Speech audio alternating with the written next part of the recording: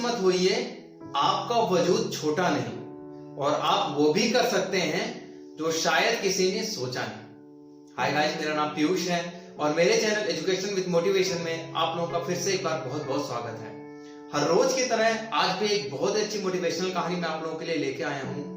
ये भी कहानी बहुत ही ज्यादा आपको मोटिवेट करेगी, तो इस कहानी के एंड तक आप लोग बने रहिए। लेकिन उससे पहले जो लोग मेरे चैनल पे नए हैं वो प्लीज मेरे चैनल को सब्सक्राइब कर लीजिए, बेल आइकन को प्रेस कर लीजिए, जिससे YouTube पे मैं जब भी अपनी कोई नई वीडियो अपलोड करूं तो उसकी नोटिफिकेशन आपको मिलती रहे। और आप मुझे सोशल मीडिया प्लेटफॉर्म पे भी फॉलो कर सकते हैं, लिंक मैंने डिस्क्रिप्शन में दे दिया है। एक बार एक शिप खराब हो गया, मतलब एक जो पानी वाली जहाज होती है वो खराब हो गई थी। उसका इंजन स्टार्ट नहीं हो रहा था। बहुत सारे लोगों ने कोशिश की लेकिन इंजन स्टार्ट नहीं हो पा रहा था। अब जो उस शिप के मालिक थे उन्होंने अपने पास जितने भी इंजीनियर थे सबको बोल दिया कि एक बार जाके चेक करो कि आखिर शिप में ऐसा क्या फॉल्ट हो गया है उसके इंजन में जिसकी वजह से वो चालू नहीं हो रहा। उसके सारे इंजीनियर लगे हुए थे शिप को सही करने में, ठीक करने में, वो पार्ट खोजने में जिसकी वजह से शिप में प्रॉब्लम हो रही है। एक दिन हो गया, 2 दिन हो गया, 4 दिन हो गया, लेकिन उनमें से कोई भी बंदा शिप की जो रियल प्रॉब्लम है जिसकी वजह से वो स्टार्ट नहीं हो रहा था वो ढूंढ नहीं पाए।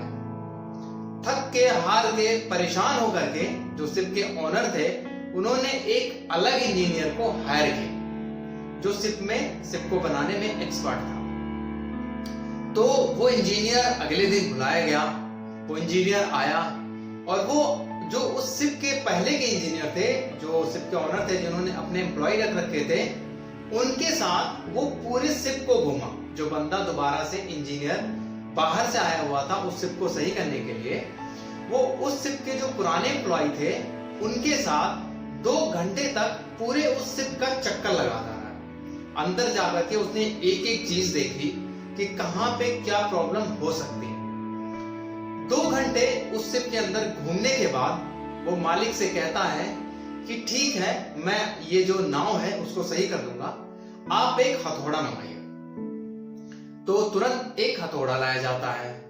अब वो आदमी क्या करता है, जो थर्ड पर्सन आता है उस शिप को सही करने के लिए, वो हथौड़ा लेकर के जाता है और उसी शिप के अंदर एक छोटा सा नट होता है, वो उस नट को ठोक देता है और जो शिप के ओनर होते हैं उनसे कहता है कि अब आप परमिशन दीजिए शिप को ऑन करने के लिए, चालू करने के लिए।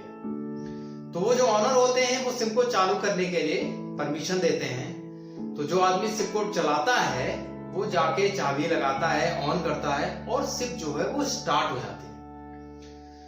अब क्या है कि शिप तो स्टार्ट हो गई। अब जो ओनर थे वो भी बड़े खुश हुए। उन्होंने वो जो जो थर्ड पर्सन वाला बंदा था जिसने उस शिप को सही किया था उससे पूछा कि आपकी फीस क्या हुई। तो जो आदमी था उसने बोला कि कल मैं जो मेरी फीस है उसका बिल मैं कल आपको दे दूंगा, कल मैं आपके यहाँ पहुंचवा दूंगा। अगले दिन वो अपना बिल जो होता है, जो भी उसके काम का बिल होता है, वो उस शिप के ओनर के पास पहुंचवा देता है। अब शिप का ओनर जब एनवलप खोल करके उस बिल को देखता है तो एकदम चौंक सा जाता है। वो जो बिल होता है वो बिल होता है पूरे 10 लाख रुपए का। अब जो शिप का ओनर होता है वो कहता है कि एक नट ठोकने का, एक हथौड़े से एक नट को ठोकने का जो चार्ज है वो 10 लाख रुपए क्यों ले रहा है, हम इसको पैसा नहीं देंगे।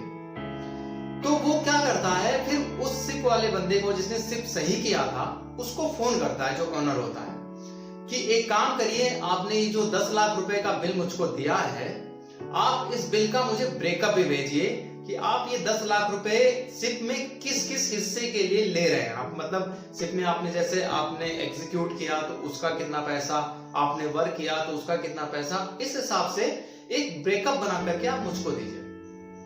अगले दिन वो आदमी जो होता है वो ब्रेकअप बना करके अपने बिल को, वही 10 लाख वाले बिल को दोबारा से भेज देता है। दोबारा से जो शिप का ऑनर होता है वो दोबारा से उस बिल को खोल के देखता है और इस बार वो सोचने लगता है। वो बिल देखता है तो उसमें जो बिल लिखा होता है, जो उसमें डिटेल्स होती है, जो ब्रेकअप होता है, उसमें ये लिखा होता है कि जो नट ठोकने का चार्ज है वो केवल 10 रुपए है और जो 9,99,990 रुपए था वो शिप में ढूंढ करके ये पता करने का चार्ज था कि वो जो नट है वो कहां पे ठोका जाए, मतलब कौन सा काम करना है, कहां पे करना है। उसका जो चार्ज था वो 9,99,990 रुपए था और सिर्फ 10 रुपए था वो नट को ठोकने का। जो सिर्फ ऑनर होता है वो कुछ नहीं कहता, वो बहुत ही ज्यादा सोचने लगता है और वो कहता है कि चलो इसको 10 लाख रुपए का चेक दे दिया जाए, और उसको वो 10 लाख रुपए का चेक दे देता है। तो दोस्तों कहानी बहुत छोटी थी लेकिन बहुत कुछ आपको सिखाती है। हम लोग भी इस भेड़ चाल में लगे रहते हैं, हम लोगों को भी नहीं पता होता कि किस टाइम में हमें कौन सा काम करना है, जिसकी वजह से हमारी ग्रोथ रुक जाती है, हम तरक्की नहीं कर पाते हैं, अपनी लाइफ में आगे नहीं बढ़ पाते, अपने फ्यूचर में सही डिसीजन नहीं ले पाते हैं। तो ये चीज हमेशा बांध के रख लीजिए कि आपको सबसे पहले ये नोटिस करना है अपने अंदर ही कि आपको कौन सा काम कब करना है। जिस दिन आप ये जज करने लगेंगे कि आपका कौन सा काम कब जरूरी है, कौन सा काम कब करना ठीक रहेगा, उस दिन आपकी ग्रोथ को दुनिया में कोई नहीं रोक सकता। तो दोस्तों कहानी कैसी लगी आपको? आई होप आपको अच्छी लगी होगी। अगर अच्छी लगी होगी तो कमेंट सेक्शन में जरूर बताइएगा।